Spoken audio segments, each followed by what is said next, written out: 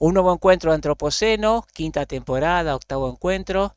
Y como nuestro corazoncito está también con el tema agropecuario, el agro, volvimos a los temas que mucho nos interesan a gran parte de este grupo y seguramente a todos ustedes. Y hemos convocado hoy a Atilio Benedetti, que es diputado por la provincia de Entre Ríos, y quisimos hacer un corte y una visión hacia adelante. Por eso hemos titulado nuestra reunión Dejando atrás la 125 y utilizando una palabra que usa mucho Barbechando, cómo vemos el desarrollo de la agrobioindustria. Así que te damos la bienvenida, Atilio, y comencemos este encuentro aquí en Antropoceno. Bueno, muy buenas tardes. Bueno, nuevamente, buenas tardes, Javier. Buenas tardes a todos los amigos de Antropoceno, a los amigos entrerrianos que están acompañando también.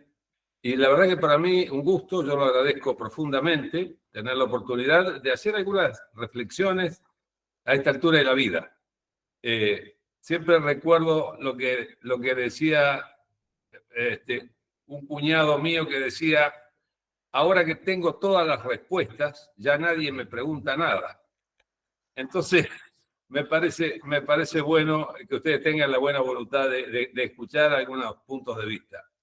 Y la verdad que bueno, el título de la charla, que lo charlamos con Javier, obviamente tiene un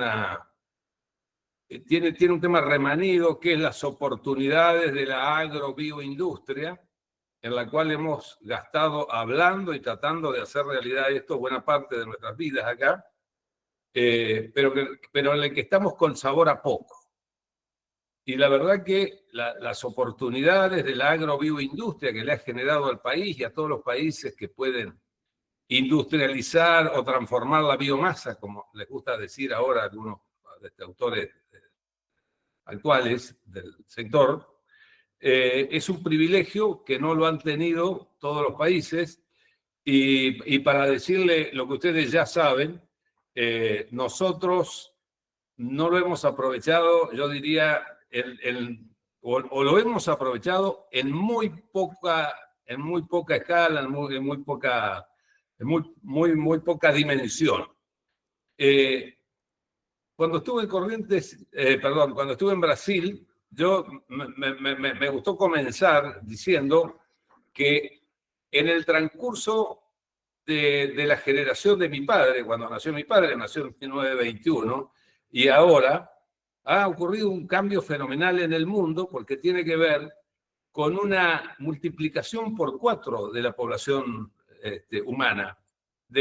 En 1921 no había todavía 2.000 millones de habitantes y hoy estamos por encima de los 8.000. Así que eso ha transcurrido contemporáneamente, y si a eso le agregamos que en este periodo también hubo una migración de la población rural a la urbana, cambió sustancialmente la forma de producir y de requerir alimentos del mundo, y ha sido contemporáneo a nuestro tiempo.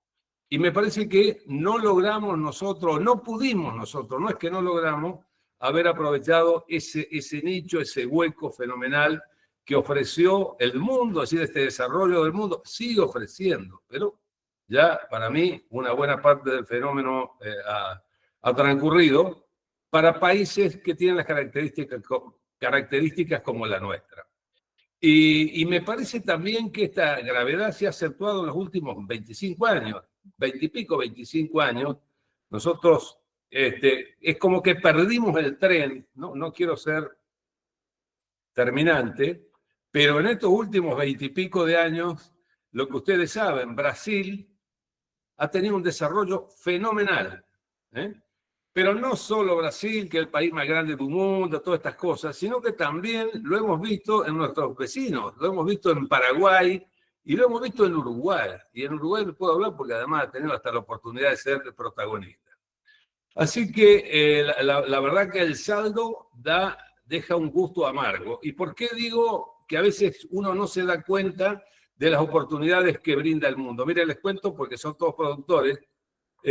Yo le cuento a mis hijos que cuando empezó el desarrollo de la agricultura de escala, aquí en el sur de Entre Ríos y en el Uruguay, Bueno, yo hacía eso, hacía agricultura, y no me di cuenta de que en ese momento de expansión, de ocupar espacio, yo podía elegir campo y podía elegir los mejores campos y los mejores lugares, incluso evaluar distancia, etcétera. Porque a mí me parecía que eso iba a ser para siempre. Y fue un tiempo, fue un periodo que después pasó, porque se ocuparon los espacios. Y entonces el que no pudo ocupar un espacio bueno, y bueno, ha quedado un poco al costado del camino. Digo, la metáfora esta es para decir, guarda que los momentos, porque nosotros decimos, tenemos un país que puede alimentar a 400 millones de habitantes, que seguimos, etcétera. Pero el mundo, los competidores están marchando. Y nosotros todavía estamos viendo a ver cómo podemos, qué podemos hacer. Así que, entonces, de las oportunidades del sector agrobioindustrial, todos las conocemos, todos estamos entusiasmadísimos con los desarrollos tecnológicos que hemos tenido, con las creaciones argentinas. Me preguntaba un amigo también que pedía para la señora Lilia Puig, que tiene que dar una charla no sé dónde, ¿cuál es la contribución de Argentina a la menor, o al cuidado ambiental, a la baja emisión de gases de efecto invernadero? Yo digo, la verdad que todos estamos orgullosos con esto de la siembra directa, que además lo hemos exportado el modelo a todos lados. O sea, tenemos todas estas cosas, tenemos todas las high-tech, tenemos todo el desarrollo tecnológico. Siempre me gusta reflexionar también sobre una charla que estuve cuando se presentó en el Congreso, creo que Pablo estuvo también, y vinieron los responsables en aquel momento del censo agropecuario. Bueno, que el señor que estaba a cargo del censo falleció ya, pero lo acompañaba Roberto Bisain, que había colaborado con estos temas. En la sala está. Y Roberto Bisain dijo algo que a mí me quedó grabado siempre, porque dice, detectamos un sujeto agropecuario, porque él decía productores primarios, chicos, grandes, que yo qué, indefinido, por decir de alguna manera, y eran aquellos productores o empresas agropecuarias que en realidad transformaban la biomasa, agregaban valor. Él lo definió con esta frase: detectamos, no me acuerdo bien la cifra, pero creo que dice 274 arcoritos. Y yo decía, ¿qué arcorito? No, bueno, era, o sea, semillas de lo que fue Arcor, ¿no? De un desarrollo, orgullo para la Argentina y para los cordobeses. Bueno, y esto, o sea, toda esta fuerza productiva, creativa, emprendedora, etcétera, sigue existiendo en el país. Pero, mientras tanto, el poncho no aparece, digamos, ¿no? O los obstáculos se multiplican. Y para entrar un poco en por qué digo yo dejando atrás la 125, que sugerí este tema, entonces yo me he puesto a pensar también, y esto no es solo a pensar, digamos, a evaluar qué cosas nos pasan. ¿Por qué no podemos marchar?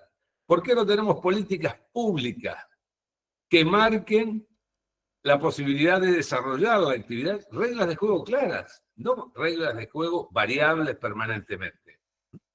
Y entonces, bueno, y está claro que lo primero que surge son las retenciones, pero no es el único tema, no es el único tema.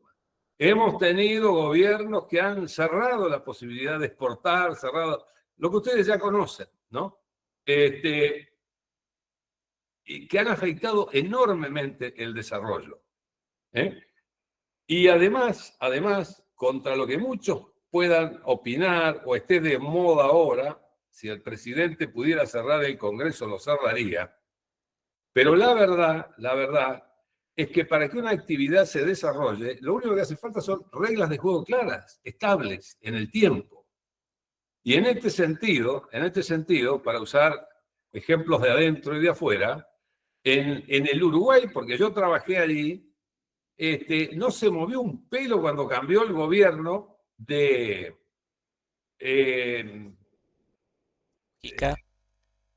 perdón, antes de Pepe Mujica, de Tabaré Vázquez, de Tabaré, que era en todo caso de centro, perdón, que apago esto.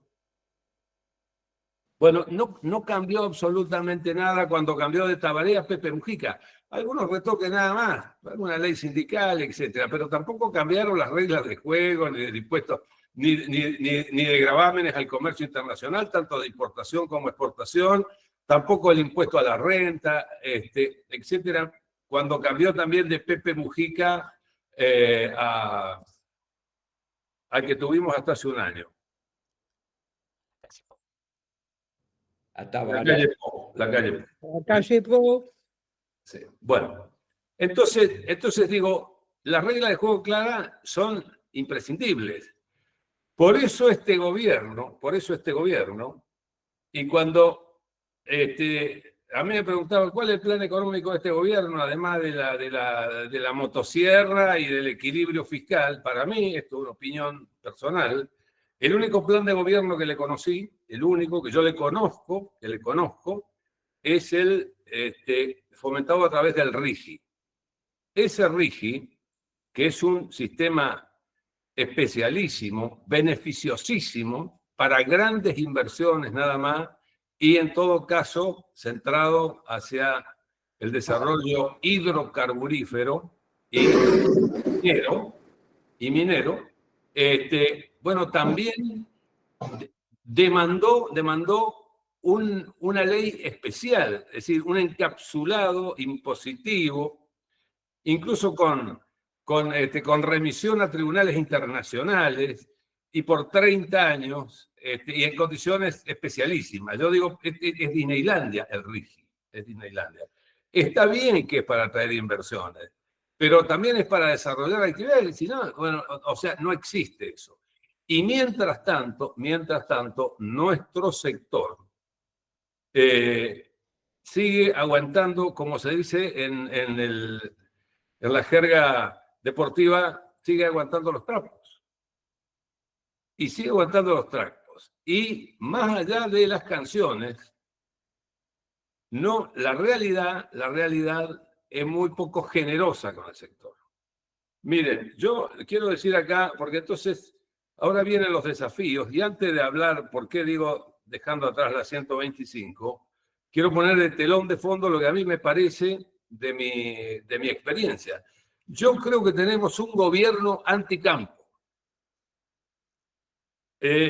Y voy a salvar de esta definición en todo caso al presidente. Pero el presidente acaricia a los productores, cuando va a la rural dice cosas que todos queremos escuchar, tira la zanahoria más adelante, pero la verdad, todas las movidas de este gobierno, el equipo de gobierno, está centrado, yo digo, a lo mejor tienen razones para esto, pero está centrado en el desarrollo de otras actividades. Me contaba una colega que fue, que me voy a permitir nombrarla porque no voy a decir nada, pobre hizo ese sacrificio de ser candidata en la ciudad de Buenos Aires, Silvia Los Penato. Esto antes de que a ella la eligieran, digamos que tuviera que hacer ese esfuerzo, la habían invitado a Vaca Muerta, ¿no? Entonces me contó, mirá, Tilio, dice, me hacían poner la mano así, no sé si me ven ahí, que agarraron un caño y entonces me decían, están pasando $10.000, no recuerdo si por minuto o por qué fracción de tiempo. Dice, el futuro va por ahí, qué sé yo. Bueno, miren, yo quiero decirles que el gobierno está convencido de que el desarrollo va por ahí.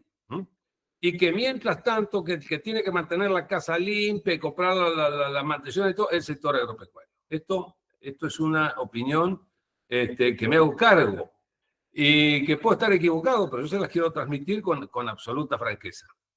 Y pruebas al canto, en el encuentro de Maizar, que seguramente algunos de ustedes estuvieron, primero, hay muy poca voluntad para desarrollar los biocombustibles. Y hubo mucha presencia, aún en el Congreso Maizar, que a mí me parece bien ser amplio, pero hubo presencia de representantes del sector energético hidrocarburífero.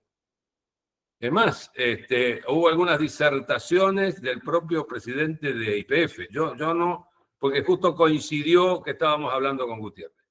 Pero bueno, la verdad fue que esta fue una realidad, un dato de la realidad, o por lo menos una percepción, yo se las quiero compartir, y que para mí eso es una enorme dificultad. O sea, es una enorme dificultad. Les quiero contar algo más, también para poder situarnos donde estamos, y disculpen si es un poco desordenado, pero cuando la cumbre agroglobal que organizó Barbechando bueno, con las dificultades que puede haber tenido, pero para mí fue un intento valiosísimo. Yo después voy a hacer alguna referencia a la experiencia en Brasil.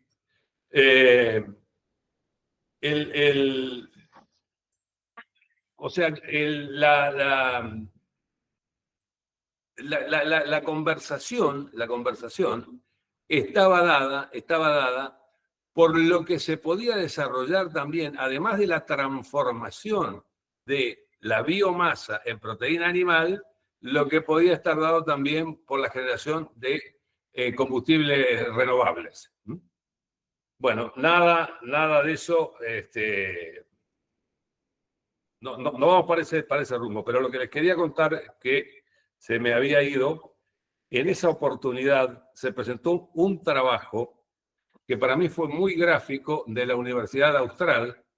No recuerdo la persona que lo presentó, pero puso todo el mapamundi en un plano, y allí los países estaban coloreados de acuerdo al color de la contribución o el beneficio que recibían en la suma resta de las cuentas públicas. Bueno, miren, un montón de países que tenían, los tonos iban del celeste al rojo, ¿no? Bueno, celestito claro, celeste oscuro, etcétera. La gran mayoría, como ustedes saben, donde el sector agropecuario incluso no significa lo que significa para el país, que estamos en el orden del 10%, los países europeos están allí casi en azul porque son países que subsidian a sus productores. Pero el resto de Latinoamérica, incluso Brasil, tocando un colorcito prácticamente blanco, neutro, por decir de alguna manera. Y nosotros con un rojo fuerte, con un 23% de carga global sobre todo el sector. No sé la metodología con la que habrán hecho, pero habla a las claras que es el sector que más presión impositiva recibe, no solo de la región, sino que también de los países productores de materias primas. Así que ese dato era el que yo quería contar. Así que tenemos esa desventaja. Si a esa desventaja le sumamos que los funcionarios de este gobierno, primero, no creen en los beneficios de los combustibles renovables. Tampoco creen en el cambio climático, no adhieren a estas ideas porque dicen que son woke o woke. Y además creen que no es que el sector, que el desarrollo del país va a venir por esa columna vertebral de la cordillera de los Andes, que allí tienen litio, cobre, hidrocarburos, etcétera. Bueno, estamos en problemas. Y estamos en problemas y a mí me parece que tenemos que tomar conciencia de los problemas que tenemos dentro del sector. Porque si no tomamos conciencia de los problemas que tenemos, de la falta de lobby, de las dificultades que tenemos para tener un lobby efectivo, no vamos a poder salir del pesado yugo que tiene el sector para poder desarrollarse. ¿Y quién se jode? Se jode en provincias como las nuestras, las de la pampa húmeda. Y no es que yo quiera pensar de que el sector agropecuario es excluyente para el desarrollo. Nada que ver con eso. Pero que puede ser un factor de desarrollo, de equilibrio, yo diría de descentralización también, esto lo dicen algunos autores que ustedes conocen, de descentralización, porque podríamos generar agregado de valor y trabajo genuino en las comunidades del interior del país, no tengo ninguna duda. Pero entonces, como me permito decir, como integrante de la casta política, pero fundamentalmente del sector productivo, del que he vivido durante toda mi vida, en el cual he vivido durante toda mi vida, y del cual estoy orgulloso, en el cual, bueno, han transcurrido mis sueños. Les cuento una anécdota y no es para nada triste, sino que ayer con mis hermanos, yo soy el mayor de 5 hermanos, ayer conmemoramos que hace 60 años falleció nuestro padre. Y nuestro padre era un productor agropecuario. Y a partir de ahí hicimos de todo en la actividad para poder sobrevivir de eso. Así que conocemos varias aristas de la producción. Bueno, entonces, pero quiero decir, pero por encima de esto, mis hermanos, bueno, han hecho cosas también, pero somos unos entusiastas de la producción agropecuaria. Así que lo que yo digo, lo digo con toda pasión y cariño, y veo que si no corregimos algunas conductas o no revisamos algunas conductas, vamos a seguir estancados. Digo algunas dos o tres cosas más. Decime vos, Javier, cómo voy con el tiempo, no sé. Ya estamos casi, así que andar redondeando y después abrimos las preguntas, que el debate siempre va a ser muy interesante. Bueno, pero redondeo entonces. Entonces yo quería decir, dentro de las cuestiones, porque me quedó allí lo de la 125, dentro de las cuestiones tenemos que hacer mucho trabajo hacia intrasector. Y esto sí, que yo realmente creo que lo mamamos, por decir de alguna manera, en el viaje a Brasil. Ahí vimos una articulación público-privada sorprendente. Y público-privada, y lo público, es decir, la interacción era no solo con legisladores de distintos espacios políticos, sino que también, pero de la izquierda a la derecha, es una cosa sorprendente. Acá agropecuaria, uno dice, pues es una joda, pero tiene el 60% de los diputados y tiene un abanico de legisladores que privilegian la defensa del sector. Así les ha ido, produciendo pollos, produciendo cerdos, produciendo carne vacuna, produciendo soja, 175 millones de toneladas. Pero digo, ellos le han encontrado la vuelta, Y nosotros, ¿qué tenemos? Tenemos entonces lo que a mí me parece un gobierno que, con excepción del presidente, porque lo dejo fuera, porque yo no puedo creer que él diga las cosas que dice si no estuviera convencido, pero la canción va por un lado, la realidad va para el otro. Es un gobierno anticampo. Más allá de todo lo que se diga, me hago cargo. O en todo caso, que tiene otras prioridades productivas, y esta será la número 7, 10, no sé cuánto. Pero además tenemos nosotros que hacer un trabajo, y esto lo quiero decir, que es superar la grieta que dejó la 125. Ahí lo voy a decir. Y digo esto porque, de lo contrario, terminamos siempre con las mismas discusiones. Hay un sector, miren, tuvimos la discusión en la Cámara de Diputados, ahí la verdad que una frustración, no pudimos firmar dictamen. Y teníamos un dictamen modesto sobre el tema de retenciones, queríamos ponerle un techo nada más. Pero había alguna propuesta había una propuesta como para poner este nuevo techo, el actual, ¿no? el que está vigente hasta el 30 de junio, y no pudimos porque hubo otro sector. Mire, me estaba llamando Carlos Castañero, que tengo un gran respeto con él, y quiero hablar del tema del INTA ahora con él, pero entonces Carlos me decía, mirá, ustedes tienen la alternativa de disminuir las retenciones, pero nosotros, si no es rápido, nos parece que es una pérdida de tiempo, porque todos tenemos miradas distintas. Y para postre de esto, el jefe del bloque de Unión por la Patria dice, nosotros no te podemos firmar un dictamen porque, para nosotros, que pensamos que vamos a volver a hacer gobierno pronto, las retenciones son una herramienta de política económica. Bueno, digo, esto es una cosa de loco, porque tenemos mirada totalmente... Ahora, si no hacemos un esfuerzo por resolver y por encontrar algún común denominador, no vamos a salir del pozo. Y creo que tenemos que hacerlo seriamente al esfuerzo. Por lo menos yo estoy convencido de eso. Y después, y ya cierro, Javier, y después también creo que hay que hacer dos conversaciones más. Una intrasectorial, que tiene que ver también con buscar el camino posible. ¿Mm? Tengo amigos ahí, Pablo, la verdad que ha sido un gusto trabajar con él, pero por ahí decimos, bueno, unas discusiones, digo, feroces por el tema del diferencial de 2 puntos con la industria. Que yo no digo que no sea importante, pero digo, son discusiones de segundo plano. Nosotros debiéramos abocarnos a las más generales y después, en todo caso, vemos los detalles. Y lo digo con absoluto respeto, pero porque estoy convencido. Y por último, me parece, lo último que voy a decir, que tenemos que recuperar desde el sector no la conversación con la política o con el gobierno, sino que la conversación con la sociedad. Porque en esto sí, los de la 125, la verdad que le doblamos el brazo a un gobierno que pretendía las retenciones móviles. Dicho sea de paso, llevado a valores de hoy, la soja en la que estábamos discutiendo, era una soja de $850, ¿no? Esto es una soja de $850 que se querían llevar la mitad. Ahora, resulta que nosotros ahora tenemos una soja de $380 y este gobierno quiere volver al 30%. O sea, digo, estamos mucho peor.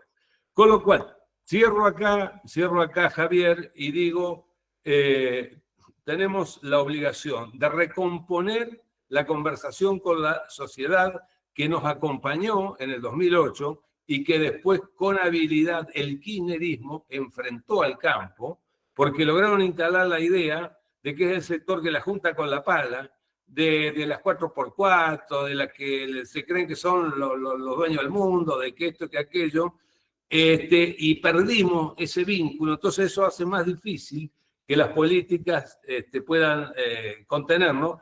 Y entonces tenemos que recuperar esa conversación con la sociedad, tenemos que recuperar la conversación entre las entidades con la política, para de esa manera hacer frente a un gobierno que dice una cosa y me parece que va por otro lado. Y hasta acá llego por ahora y bueno, disculpen si me excedí.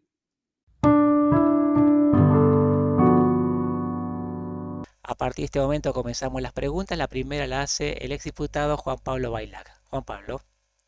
Bienvenido a Tilio Antropoceno, un lugar de pensamiento. Dos desafíos, me parece, nos está faltando a quienes, estando en la política, hemos sido defensores de la producción del campo. Uno es que este país no ha logrado una verdadera regionalización que permita administrar mejor los recursos, los impuestos y la cooperación entre provincias para mejorar incluso tecnológicamente esa producción. Y dos, el episodio que vos planteabas, tan serio. La regionalización tiene como virtud establecer una región andina, una región norte, una región sur, una región centro, etcétera, etcétera. Y no importaría que tuvieran un RIGI los sectores que están en la región andina, si existe una cosa similar en las otras regiones, que será unas más y otras menos conforme su actividad productiva. En los 90 Menem presentó un proyecto de ley vinculado a la regionalización y yo recuerdo, era diputado entonces, eran pocos los que estaban llamados a discutir esta circunstancia. Todos estaban afirmando ese concepto, no diría chauvinista, pero casi, de que las provincias son autónomas y por tanto basta eso. No basta conciliar entre Jujuy y Salta, ni conciliar entre Ríos y Corrientes. Y de pronto, si eso fuera una región y hubiera un administrador de esa región por sobre la estructura de los gobiernos provinciales, se podría equilibrar mucho más el funcionamiento y la plata. ¿Por qué crees vos que los distintos gobiernos posteriores a Menem nunca pensaron en regionalizar la Argentina para mejorar nuestra capacidad productiva? ¿Contesto brevemente? Sí, sí. Pues yo realmente creo que lo que se ha producido es un desequilibrio entre la capacidad de desarrollar políticas provinciales al lado de lo que es la nación. En la reunión de la región centro que hubo acá en Entre Ríos hace poco, más de 2 semanas, El mensaje del gobierno nacional es adecúen los impuestos provinciales y en todo caso para favorecer el desarrollo. Y bien lo decía el gobernador el gobernador ¿por qué no he podido apagar esto? El gobernador de Santa Fe e incluso el de Entre Ríos,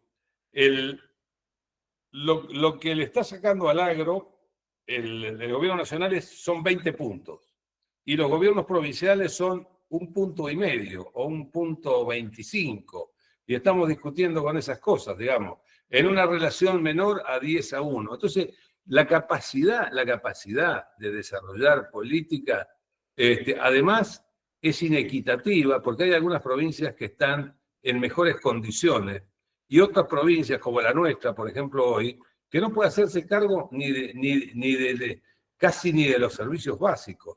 Y a mí me parece que hay un desequilibrio en nuestro sistema federal que está complejizando el funcionamiento de las provincias y además impidiendo que puedan desarrollar políticas sectoriales o regionales, más allá de que por ahí tienen los organismos, como tiene, por ejemplo, el organismo de la región centro, y está acá, creo que estaba por ahí el amigo Jorge Cheme, que hace todo lo posible, pero las herramientas, Juan Pablo, me parece que son muy escasas desde el punto de vista económico.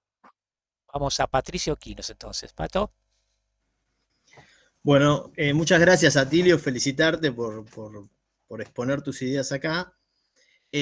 Voy a tomar algo que dijiste, de lo cual iba a discrepar, pero después tornaste para otro lado.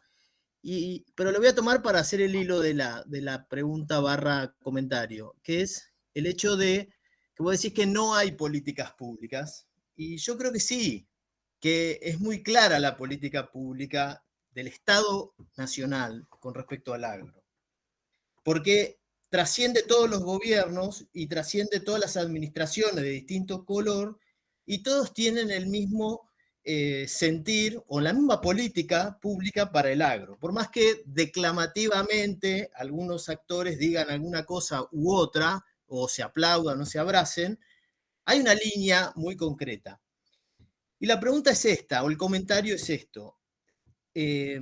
Al margen del lobby que uno puede hacer, que lo celebro, pero creo que no va por ahí, estoy empezando a pensar hace muchos años que, y coincido incluso con los de Unión por la Patria cuando te dicen que es una herramienta de las retenciones, son una herramienta de política económica. ¿Por qué?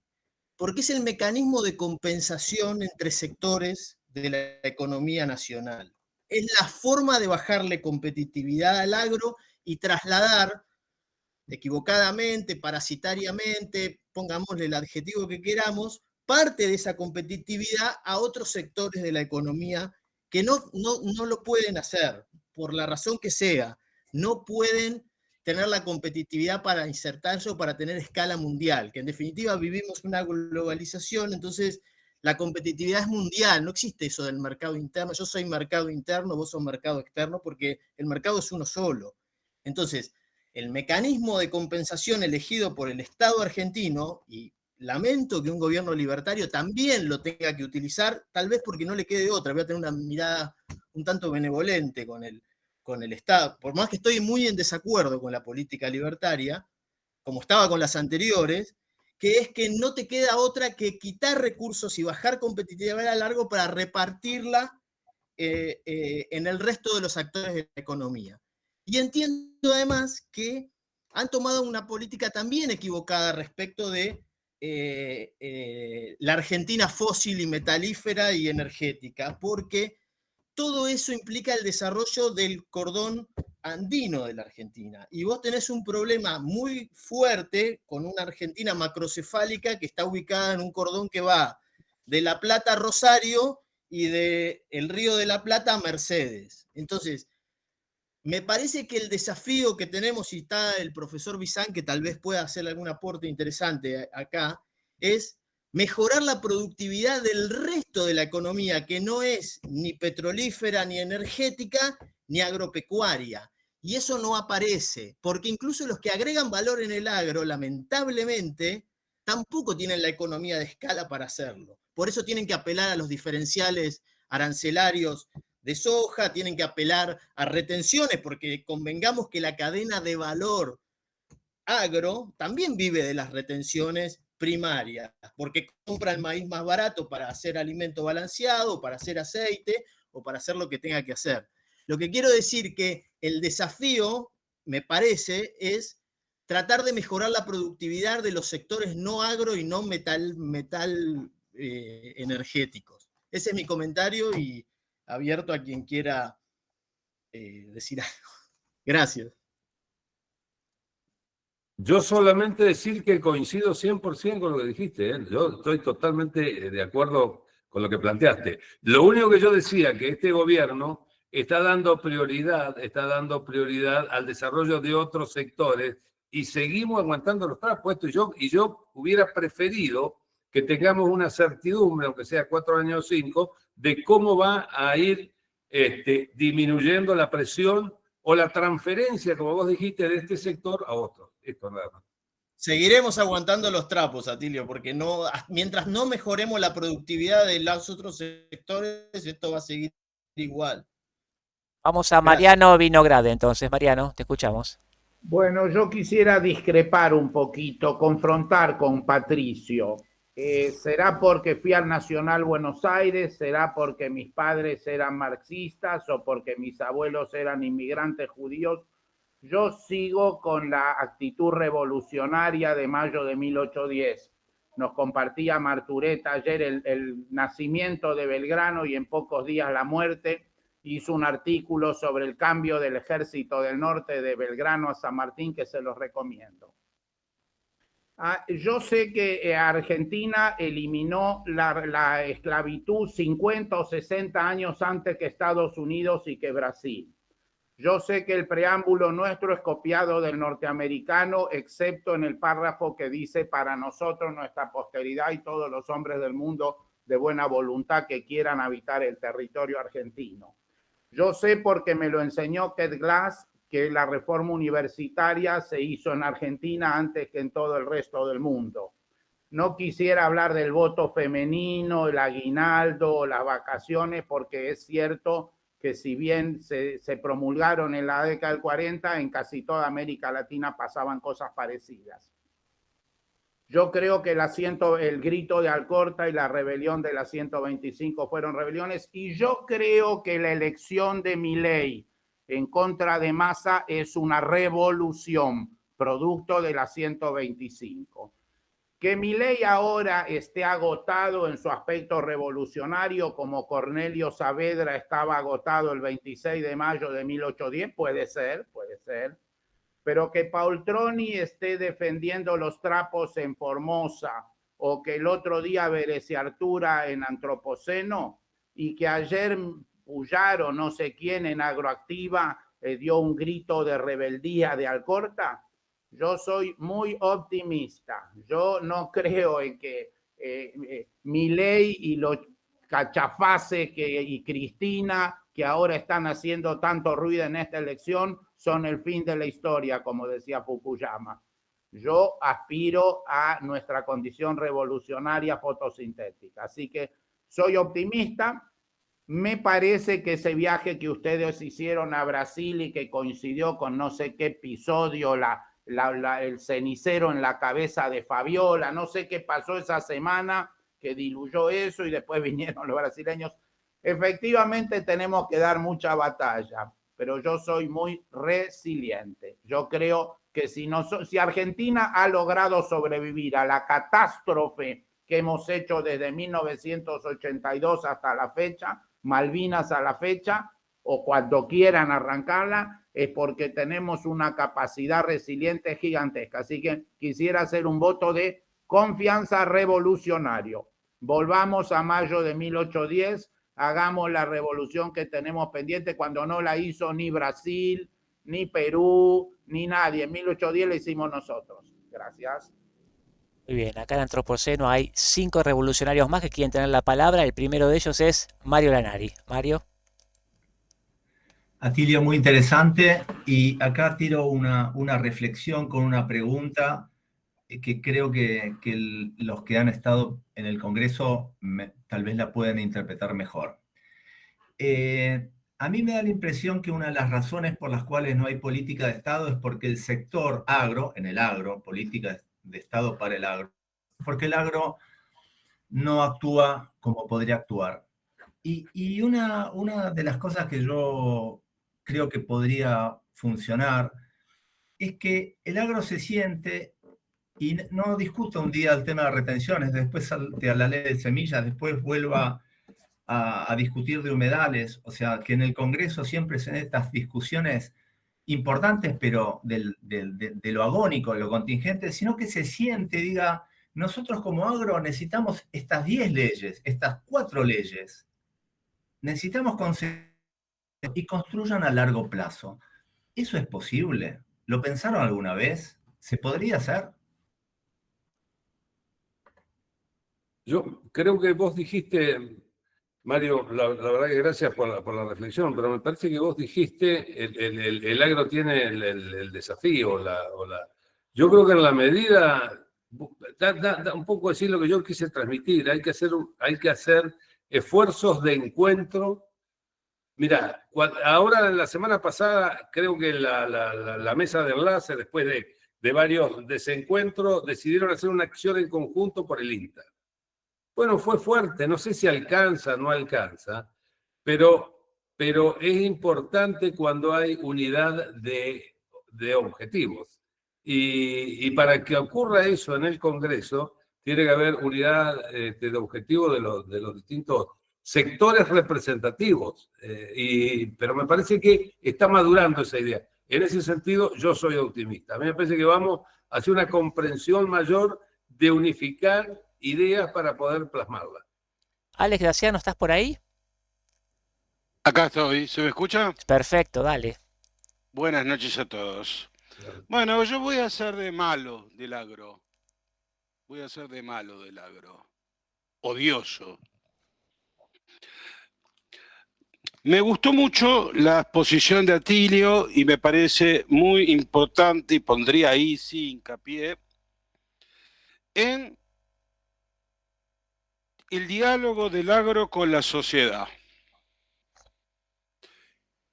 Hay algo que ya molesta de entrada, que es decir, este gobierno es anticampo, en una victimización que omite que es antijubilados, antimédicos, anticiencia, antitecnología. Entonces, utilizando las palabras de la siempre bien ponderada Lidia Lemoine, no sé, debe ser doctora, ¿no? Si no les rinde el agro, dedíquense a otra cosa. Viejo, tal vez ustedes los veo, son muy taxi boys. ¿Qué le vas a hacer? La sociedad no tiene por qué. Entonces esa situación del aislacionismo del campo con la sociedad es lo que hace que no puedan tener un lobby. Se utiliza mucho el ejemplo de Brasil. Ahora, en el tema de Brasil se omite decir que todos estos encuentros que tuvieron fueron promovidos por alguien a quien se califica como zurdo, que fue Lula. Lula fue el que dijo, vamos a integrar al pueblo, al sector productivo, y también la producción es el campo. Y se hizo sentir que no es el reclamo de 200.000 productores, que no se van a poner nunca de acuerdo porque la realidad de uno es la distinta, sino la fuerza de ser parte de una sociedad. Ahí viene después lo que dijo Juan Pablo Bailac, etcétera. Pero la 125, señores, no la hizo, no se llegó a la 125 por ninguno del campo. Yo estaba acá. Se hizo porque la ciudad de Buenos Aires se puso de pie para el campo, por el campo, jubilados, gente con muletas, caminaba y le iban a destrozar el campo, le iban a destrozar el Congreso si no salieron a defender su campo. Yo hablo con gente, no escucho a uno que diga que un empresario del campo sea un oligarca o que sea observado porque tiene una 4x4. No escucho a uno que hable mal de la gente del campo. Es una autopercepción culpógena, no sé, que viene, que se piensa que estamos hablando de los oligarcas. Esta la sociedad no lo piensa.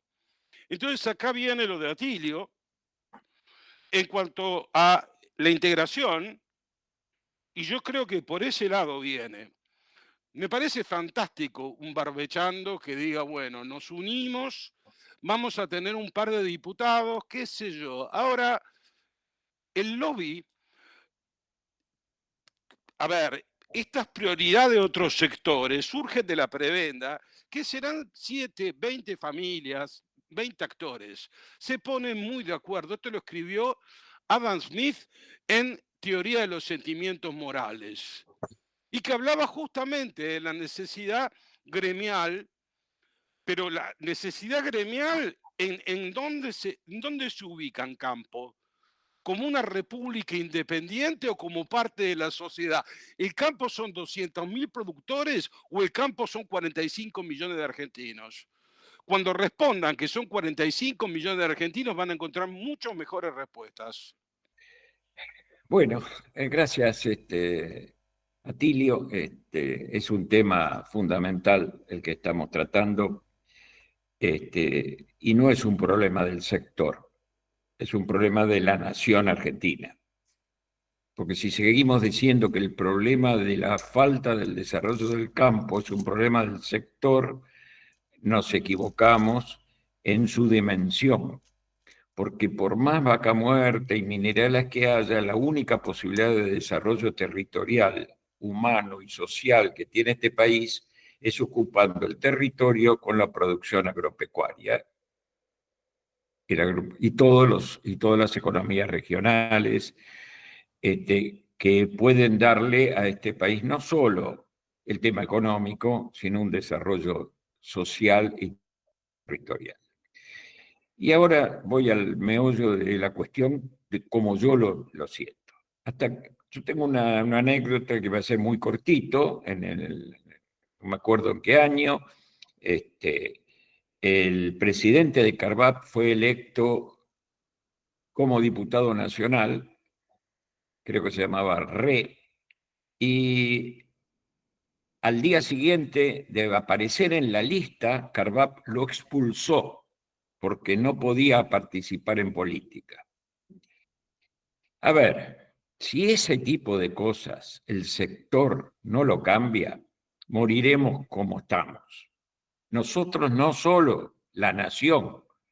Nuestro destino va a ser el destino de una nación rica por un espacio de tiempo, el tiempo que el gas, el petróleo y los minerales nos dé, con pueblo pobre y sin desarrollo social. Entonces, acá, la pregunta que yo le hago a todos, y particularmente a Tilio, es ¿cuántos de nosotros vamos a ser candidatos a concejales, diputados provinciales, nacionales, etcétera, etcétera, en las próximas elecciones? Vengo de recorrer la provincia de Buenos Aires con Pedro Viñó. Es una tortura hablar con los productores. Miran de afuera. Pedro quiere ser senador por la provincia de Buenos Aires con el sacrificio que ustedes saben que significa para él. Tiene el campo en Bolívar, vive en el conurbano y va a tener que ir a La Plata. Sin embargo, está dispuesto a hacer ese esfuerzo. La pregunta es, ¿cuántos de los que estamos acá estamos dispuestos a cambiar esta situación y no pedir a los diputados que nos apoyen, sino tomar el poder como han hecho en Brasil?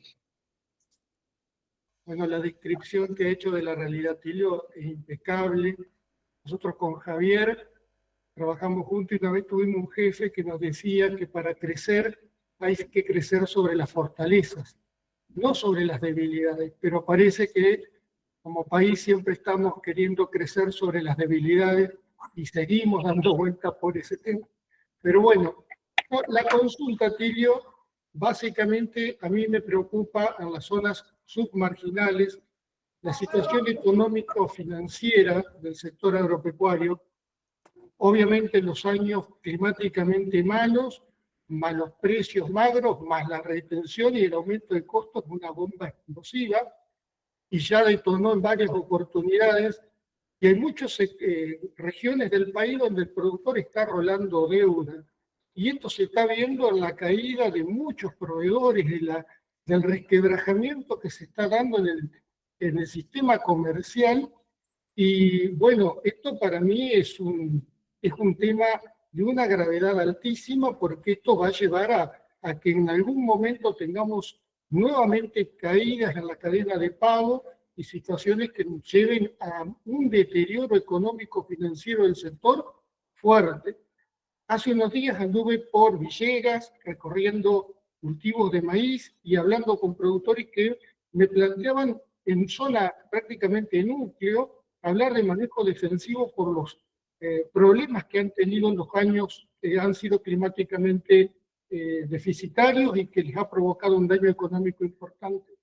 ¿Cómo ves, Atilio, este tema? ¿Qué pensás que se debería hacer? ¿Qué se podría hacer para frenar la pelota y no llegar a una situación como se llegó en el 2001 en ese momento con las cédulas hipotecarias colgadas en todos lados? Esa es la pregunta. ¿Digo algo, Javier? Sí, sí, sí. Vos sos acá nuestra estrella, así que... No, bueno, caramba, no, para nada. Yo no soy optimista, José Luis, con respecto a esto, francamente. Hemos escuchado acá que se ha estructurado este país en el cual ha sido un sector que ha balanceado o ha, vamos a decir, transferido a otros, no por este gobierno, sino que por la sociedad. Creo que alguien lo dijo muy bien acá. Ahora, cuando tenemos que hacernos cargo de una garantía o de un resguardo o de un seguro que pueda ponernos o nos pueda proteger de la variabilidad climática, de los fenómenos extremos que cada vez son más recurrentes, bueno, no hay cómo pagar. O sea, no hay quien lo pague, porque en los países, esto también la gente barbechando lo ha estudiado, ellos siempre hacen alguna idea de tomar parte de las retenciones, pero siempre que el gobierno nacional, es decir, de algún lado aparezcan fondos para cofinanciar un seguro multirriesgo, de alguna manera que daría certidumbre a esto que vos estás planteando. Yo no soy, la verdad que no veo, francamente, que estemos cerca de alguna medida de este tipo. Es más, también las empresas internacionales que tienen que hacer la garantía del seguro, creo que Los reaseguro, creo que están con alguna dificultad para operar en el país, también por las dificultades que hay para ingresar, no solamente para ingresar, sino que para sacar divisas. Así que yo digo, más allá de que esto es una necesidad, yo no lo veo cercano, francamente. Me parece que los productores, o sea, los productores y las zonas más marginales, que son las que ofrecen más riesgo, van a poder resolver estos problemas cuando se levante el peso de las famosas retenciones que impiden tomar ese tipo de garantía y que impiden también nutrir como corresponde a los cultivos, que ese es otro tema que no hemos hablado, pero en esa cuestión de que este es un sector que está oprimido, complicado, primero necesitas escala y segundo necesitas retasear todo tipo de tecnología, porque nos cuestionan por la falta de una ley de semillas, pero en realidad no es solamente un problema de genética, sino que es un problema de nutrición el que están teniendo nuestros suelos, y me parece que sintetizó muy bien el congreso que hubo en Rosario que dijo la tierra está anémica o algo así, digamos, gráfico. Pero bueno, nada, yo no tengo una mirada optimista en el corto plazo con respecto a esa inquietud. No es del sector, pero es un ferviente admirador de nuestro sector. Lisandro Abril, te escuchamos, Lisandro. Bueno, gracias, Javier. Efectivamente, yo vengo de la tecnología, de la economía del conocimiento, y soy un converso a la bioeconomía de la mano de Roberto Bizán, Fernando Vilela, Pedro Viñó, Apreciado. Y no tengo ninguna duda que el futuro argentino sustentable, sostenible, socialmente y económicamente pasa por la bioeconomía. Insisto en la bioeconomía porque si yo le digo a Paolo Roca que lo que tiene es una herrería, me mata. El campo, no, yo sé que hay un tema semántico crucial, pero el campo creo que tiene que tener un discurso que enamore al electorado porque tiene la capacidad productiva a todo el nivel nacional, y sobre todo en la región centro donde usted pertenece, y sumo Córdoba, Santa Fe, etcétera, para traccionar enamorando al país con un proyecto no de decir contra la 125, sino por la Argentina del 2050, donde yo empezaría a hablar cómo la bioeconomía a la cual la mayor parte de la gente que está en este hermoso antropoceno se origina, le propone al país un proyecto de desarrollo, pero no diciendo no a las retenciones. Yo creo que para conquistar esta agenda, el lobby tiene que tener la creatividad de decir, bueno, vamos a reemplazar los derechos de exportación por impuesto a las ganancias y vamos a financiarlo de esta manera y hacerse cargo de cómo lo vamos a hacer, que es posible, porque el mundo está esperando que Argentina lo haga. Pero tiene que tener una propuesta no sectorial, sino de desarrollo económico del país en su conjunto. Y si eliminan las retenciones, vamos a duplicar la producción de cereales y van a terminar todos enterrados en los caminos y sin puertos y sin logística. Y entonces, ¿a dónde vamos a sacar los 20, 40 billones de dólares para hacer la infraestructura de trenes, puertos, logística, para que todo esto sea sustentable y no una reivindicación miope sectorial, sino como proyecto de desarrollo del país? Por eso, la pregunta es, en realidad no es una pregunta a Tilio, pero no le quiero hacer cargo que me responda de cómo se sustituye retenciones por impuesto a las ganancias y de dónde salen los 40 billones de dólares de infraestructura. Yo creo sinceramente, y lo vengo insistiendo en estas reuniones de Antropoceno, que la plata en el mundo está. No viene del sector, el flujo de caja agropecuario no da para esas inversiones, por más que delimite retenciones.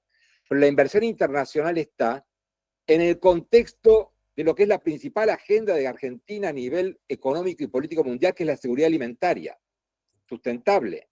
Y esa plata está en Saudi Arabia, y los brasileños se dieron cuenta, y la están aprovechando a full, porque en el caso de los países árabes y sus 2.000 millones de musulmanes, si no tienen morfi, se cae la monarquía y lo saben. Y no es que haya menos hambre, hay menos hambre en el mundo, pero hay WhatsApp. Y si no dan trigo porque no hay pan en Egipto, se cae en la Meca la monarquía y lo saben. Y no entienden cómo los argentinos no nos damos cuenta de esto que es obvio. Tenemos capacidad de ponernos en el mundo para que nos respeten con esta historia. Y creo que bueno, el tema es cómo juntamos a los Bizán con los Benedetti para tener una propuesta que enamore a los economistas y al electorado argentino. Porque con lobby solo no alcanza. La pregunta es ¿cuántos millones de dólares necesito invertir para hacer el proyecto que estamos hablando? Hasta que yo no tenga este número, el sector del campo no me está dando en constante y sonante de cuánto estamos hablando. No alcanza con decir no quiero retenciones. Eduardo Rego, ¿estás por ahí? Sí, estoy acá. Adelante, estoy. vamos. Para los que no me conocen, Pablo sabe quién soy. Mariano también. Yo vivo en el campo. En este momento estoy en mi campo, 150 hectáreas en el partido de Rojas. Esto era un campo muy grande. Soy descendiente de Manuel Dorrego y de Luis Dorrego. En un campo enorme. Soy vicepresidente de la Sociedad Rural de Rojas. Fui presidente hasta hace 4 meses. Vivo acá. Fui candidato a intendente en el partido de Rojas. salimos terceros, nos ganó por 17 votos el Partido Justicialista. Pero lo que yo les quiero decir, acá tenemos 2 diputados, 3 casi, porque Pablo fue diputado hasta hace poco, en lo cual estoy tremendamente sorprendido, porque, como dijo Mariano, yo apuesto a esto. Hace 18 meses nada más que tenemos un gobierno de Milei. Pero ustedes son alfonsinistas. Yo en el 82 tenía retenciones y un dólar diferencial que me empecé a fundir en esa época y lo recuerdo perfectamente. Entonces estoy sorprendido, pero tremendamente sorprendido, que ustedes ideológicamente, que además como presidente del Partido Radical lo tienen al inventor de la 125, digan que este gobierno es anticampo. Este gobierno está tratando de salir de un marasmo que nos han dejado en el país tan impresionante, pero tan impresionante que estamos fundidos, no existimos y tenemos que salir adelante.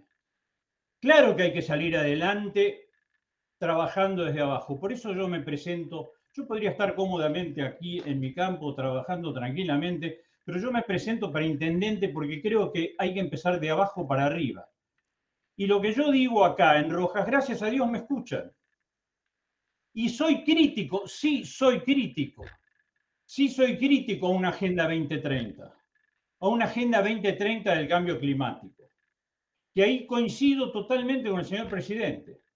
Pero más me sorprende que ustedes, y sin ánimos de ofenderlos, tengan el tupé de decir este gobierno es anticampo, cuando no ha habido gobierno más anticampo que el de Alfonsín, del cual ustedes son parte.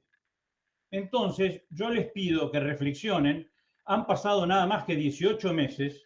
Vamos a ver qué pasa ahora en julio, si van a subir las retenciones o no van a subir. Hay mucho para hacer, pero nos hemos encontrado. Hasta hace 2 meses fui consejero en el Cerván, Consejo Regional Buenos Aires Norte del INTA. Si ustedes ven lo que pasa dentro del INTA y saben lo que pasa dentro del INTA, el INTA no puede ser una iglesia a la cual nosotros vamos a orar, es el INTA y hay que defenderlo a ultranza. El INTA hay que transformarlo. La gobernanza del INTA no funciona. La prueba está que le dieron 1 año y medio a las autoridades del INTA para que se ayornen y no hicieron nada. Y no sabieron nada, y se lo puedo decir porque yo estuve adentro y lo vi y por eso renuncié, porque no puede ser la comisión de la comisión de la comisión para tomar una determinación. Señores, pensemos que hay que refundar el país. Brasil, hace 60 años que se dijo, vamos para adelante, queremos ser los proveedores de alimentos del mundo. Como dice un amigo y vecino mío, José Álvarez, Bampercro, esto va a pasar porque sí se pueden hacer autos, se pueden hacer inteligencia artificial, se puede hacer todo tipo de tecnología, pero solamente hay 10 países en el mundo que pueden hacer comida. Y nosotros somos uno de esos 10 países. Recuerdo cuando tenía 14, 15 y 6 años que dije, voy a estudiar agronomía, pues yo creo que es el futuro. Bueno, el futuro casi me fundo en el 82, 83 cuando nació mi hijo Alberto. ¿Por qué? Porque había un gobierno realmente anticampo, con un presidente que dijo todavía no es tiempo de expropiaciones. Y lo dijo en un discurso. Y ustedes han sido parte de eso. Entonces, sorprendentemente, ustedes están dando cátedra de algo en lo cual han sido parte. Han sido parte del fracaso de la Argentina y espero que en alguna medida dejen gobernar para que este gobierno, con 18 meses nada más, pueda sacar adelante el país. Muchas gracias y disculpen. Y yo me hago cargo de ser radical, digamos, por supuesto. Ahora, y también hay que poner las cosas en su contexto y el momento que le tocó a Alfonsín. Y en todo caso, si no hubiera fracasado económicamente, tendríamos radicalismo todavía, digamos. A mí me parece muy interesante, a lo mejor usted pudo leer ese libro Desde el Quinto Piso, que escribió Juan Carlos Torre, y que habla precisamente cuando empezó a decaer, también en una situación muy difícil, la economía de Alfonsín. Pero digo, ahora, yo le digo una cosa, Alberto, con franqueza. Yo no reivindico, digamos, mi pasado. No he vivido he sido intendente municipal, una experiencia extraordinaria. Lamento que haya perdido por 17 votos, porque le da la posibilidad de una mirada panorámica, digo yo, de la realidad, ser intendente. Yo no he vivido toda la vida la política y quiero decirle que sí, reivindico el radicalismo, no tengo nada que ver con Lustó, pero bueno, a veces las mayorías son así, lo pusieron de presidente y yo no me fui. Algunos le dicen, no me gustó el INTA y me fui. Bueno, está bien, son distintas actitudes. Pero también, digo, estoy tratando de construir. Y en ese sentido, hemos acompañado a este gobierno que no tiene los votos suficientes, y la ley base allí lo acompañamos. Y hemos acompañado en la mayoría de los temas que creemos necesarios. Y también votamos el RIGI, pero también con esa esperanza. Le voy a contar una anécdota más. A fines del año pasado, el presidente nos convocó al sector del radicalismo que yo represento, de una manera para agradecernos que le dimos gobernabilidad. Obviamente yo voy a argumentar, estoy mucho más de acuerdo con Atilio que con Alberto, y voy a argumentar por qué es un gobierno anticampo. Yo tuve 2 años con el señor Milei en la Cámara, y yo era de los que hablaba mucho con él, porque eran 2 personas que estaban bastante aisladas, eso lo puede decir Atilio, estaban siempre atrás, Villarroel y él. Yo a Villarroel la recibí cuando no era nada, o sea, era solamente la defensora de víctimas del terrorismo.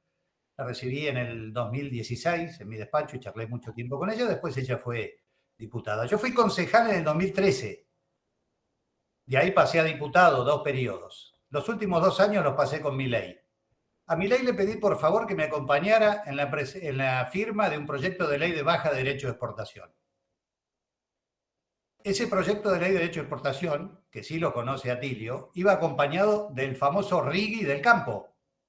¿Te acordás? Promoción del sector agropecuario. ¿Qué me dijo el señor Milei?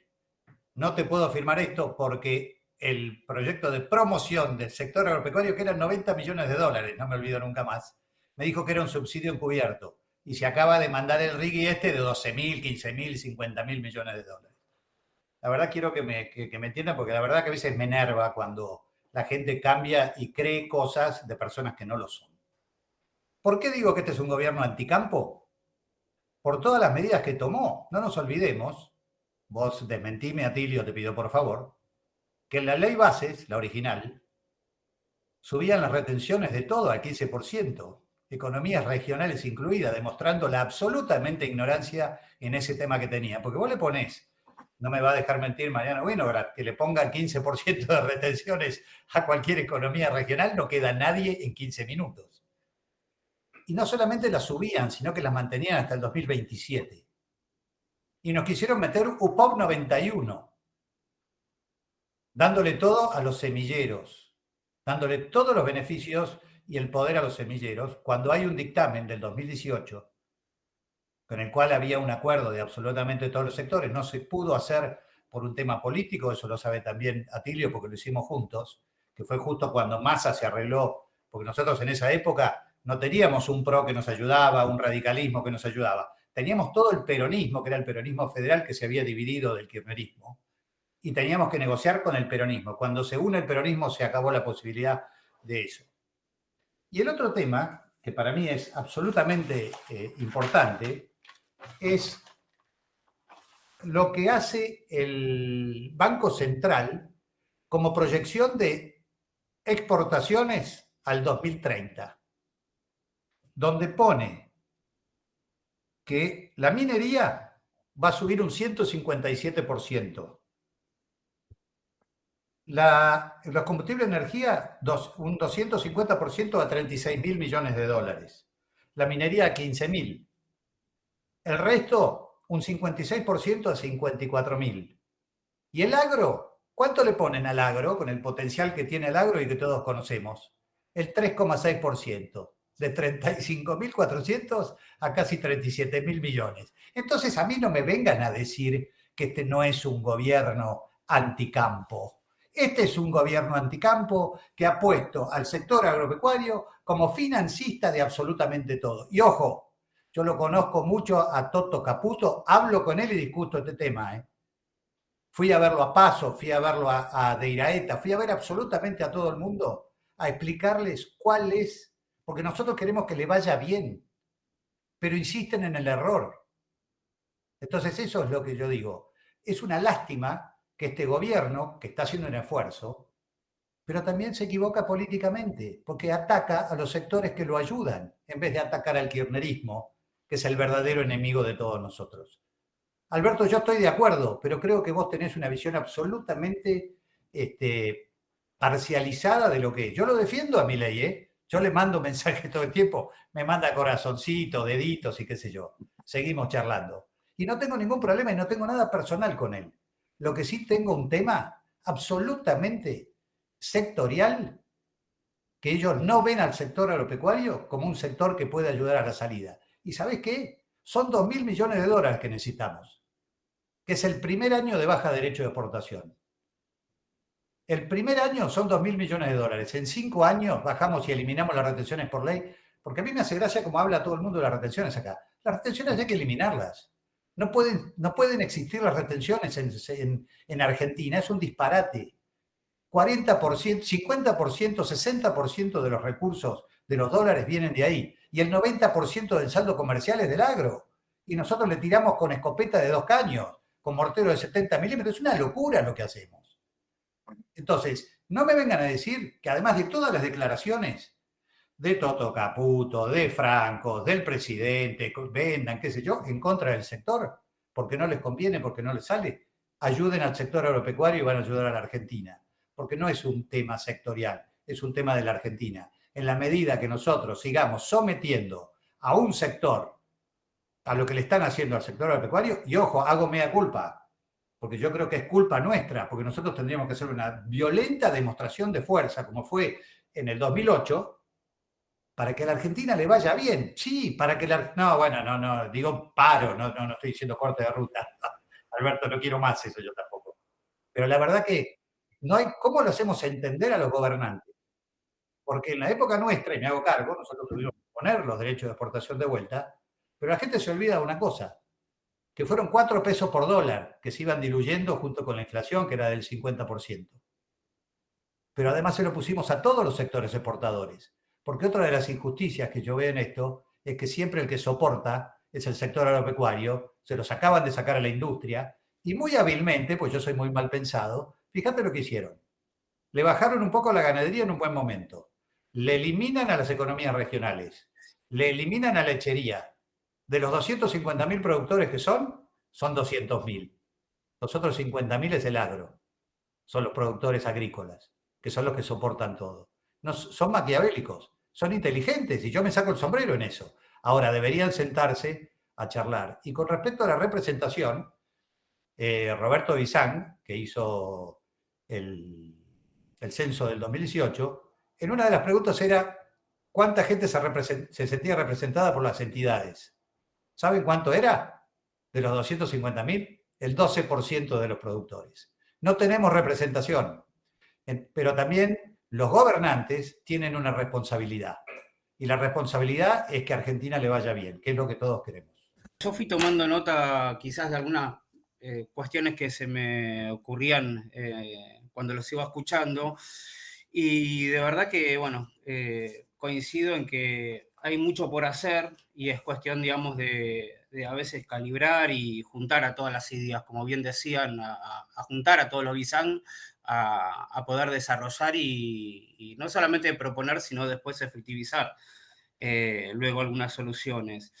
Yo lo que veo es que charlando, digamos, ¿no? En la charla con algún productor, algún corredor, algún exportador, veo que el sistema, digamos, de las retenciones temporales no están ayudando al desenvolvimiento del mercado. De hecho, no se ve que represente mucha diferencia con respecto al programa de incentivación a la exportación como venía el gobierno anterior. Digamos, por un lado te lo deja abierto porque no sabes si confiar en que la posta va a ser así. En cuanto a la fina, digamos, la prórroga hasta marzo, digamos, te da mayor previsibilidad. Ahora, en cuanto a la gruesa, el golpe sobre los valores de soja es muy, muy grande con respecto a las ventas que se vayan a hacer a partir de julio.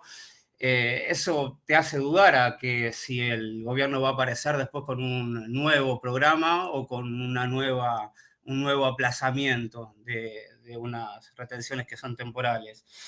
Después, bueno, en cuanto a eso, por, digamos, un breve comentario. Después, bueno, yo sabes que estaba viendo en cuanto a algunas cosas que me preguntaba, ¿qué podemos llegar a armar?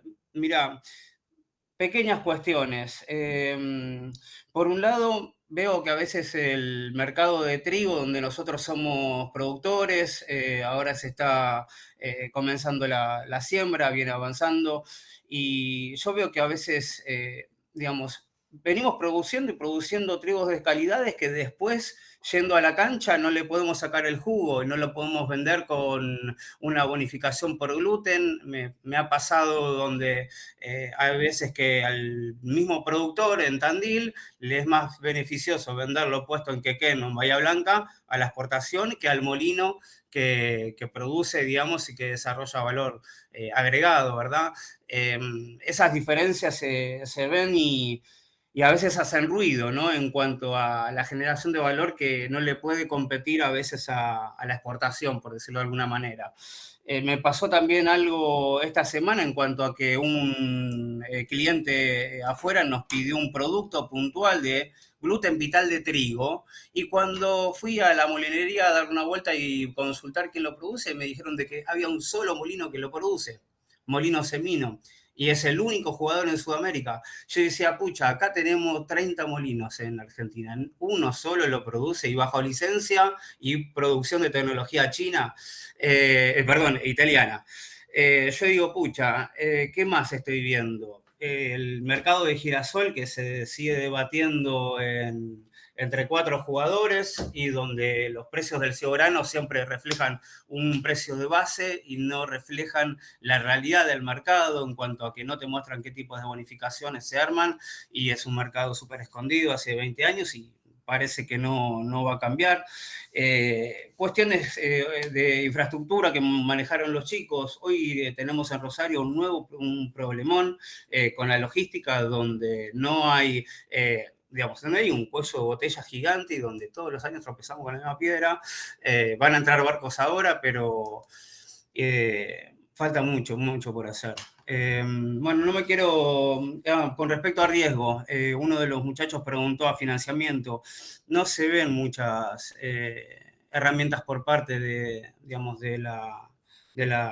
públicas, digamos, ¿no? Yo lo que estoy viendo es que sí crecen algunas herramientas, pero de corte privado. Por ejemplo, la gente de Enera, que digamos, que es una aplicación donde uno puede financiar contra un mismo forward, pero es por parte de Banco Galicia o por parte de Banco Río.